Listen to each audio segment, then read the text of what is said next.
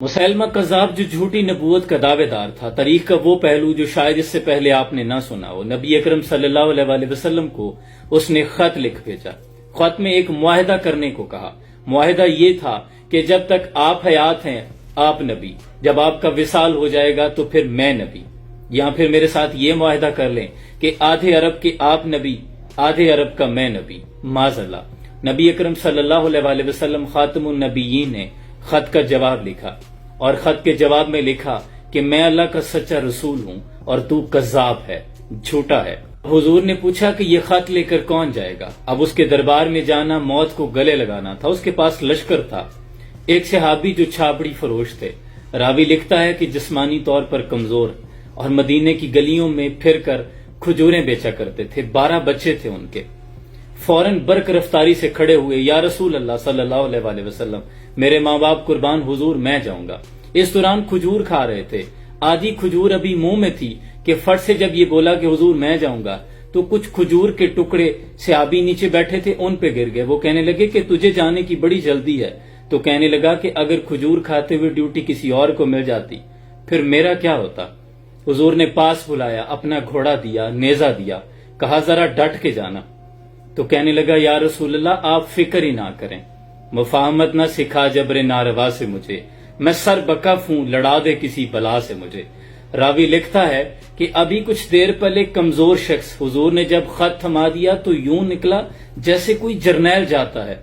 فلک کو پڑھا کبھی دل جلوں سے کام نہیں، اگر نہ آگ لگا دوں تو داغ نام نہیں۔ خط لیا اور مسیلمہ کذاب کے دربار میں پہنچے۔ اسی دربار میں موجود ایک شخص جو بعد میں اسلام قبول کرتا ہے، اس روایت کو نقل کرتا ہے کہ حبیب بن زید، یہ صحابی رسول، جب مسیلمہ کذاب کے دربار میں پہنچے تو پوری جرت اور شجاعت کے ساتھ نیزے کو فرش میں گاڑ دیا، سامنے دیوار بن کر کھڑے ہو گئے۔ مسیلمہ نے پوچھا کون ہو؟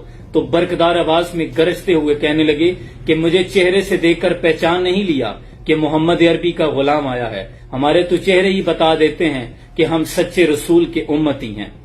نور آنکھوں میں تو چہروں پہ اجالے ہوں گے، مصطفیٰ والوں کے تو انداز نرالے ہوں گے۔ مسیلمہ نے پوچھا کیوں آئے ہو؟ تو خط کا جواب تھما دیا۔ خط پکڑتے ہی مسیلمہ نے ساتھ کھڑے غلام سے کہا کہ خط پڑھو۔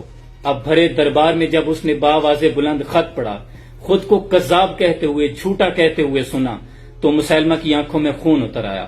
گرجدار آواز میں میان سے تلوار نکالی اور حبیب بن زید کی گردن پر رکھ دی اور پوچھا تمہارے نبی نے مجھے جھوٹا کہا ہے، تمہارا کیا خیال ہے؟ حبیب بن زید کہتے ہیں خیال نہیں، یقین ہے، جسے میرا نبی جھوٹا کہہ دے وہ جھوٹا ہی ہوتا ہے۔ تو 7 سمندر سیاہی بنا دے اور اپنے دامن سے اس داغ کو دھونا چاہے، سچ لکھے تو پھر بھی کذاب ہے، تو جھوٹا ہے۔ تو مسیلمہ کذاب کہنے لگا ذرا پلٹ کر پیچھے دیکھ، تیرے پیچھے میرا ایک لشکر کھڑا ہے، تلواریں، نیزے، تیر تیرے جسم میں پیوست کر دیے جائیں گے۔ تو حبیب بن زید نے کہا کہ تو جانتا ہے نبی اکرم صلی اللہ علیہ وآلہ وسلم نے جب مجھے خط دیا تو میں خط لے کے نکلا، میرے 12 بچے ہیں جن میں سے کچھ دودھ پیتے ہیں، کچھ ابھی چل نہیں سکتے، لیکن میں خط پکڑ کر ایک لمحے کے لیے پیچھے مڑ کر اپنے بچوں کے بارے میں نہیں سوچا تھا، اپنے گھر کو نہیں دیکھا تھا۔ اب پلٹ کر تیرا پیچھے کھڑا لشکر کیا دیکھوں؟ تو جو کر سکتا ہے کر لے، میرا خیال یہی ہے۔ اسے غصہ آیا، اس نے تلوار چلائی، حبیب بن زید کا ایک بازو کاٹ دیا۔ حبیب بن زید کہتے ہیں تو انہیں آزماتا ہے جو بدر سے لے کے احد تک آزمائے گئے ہیں، ہم اپنی بات سے نہیں ٹلنے والے۔ اسے غصہ آیا، پھر تلوار چلائی، دوسرا بازو کاٹ دیا۔ حبیب بن زید کہتے ہیں تو موت سے انہیں ڈراتا ہے جو ہر نماز فجر کے بعد شہادت کی دعا مانگتے ہیں۔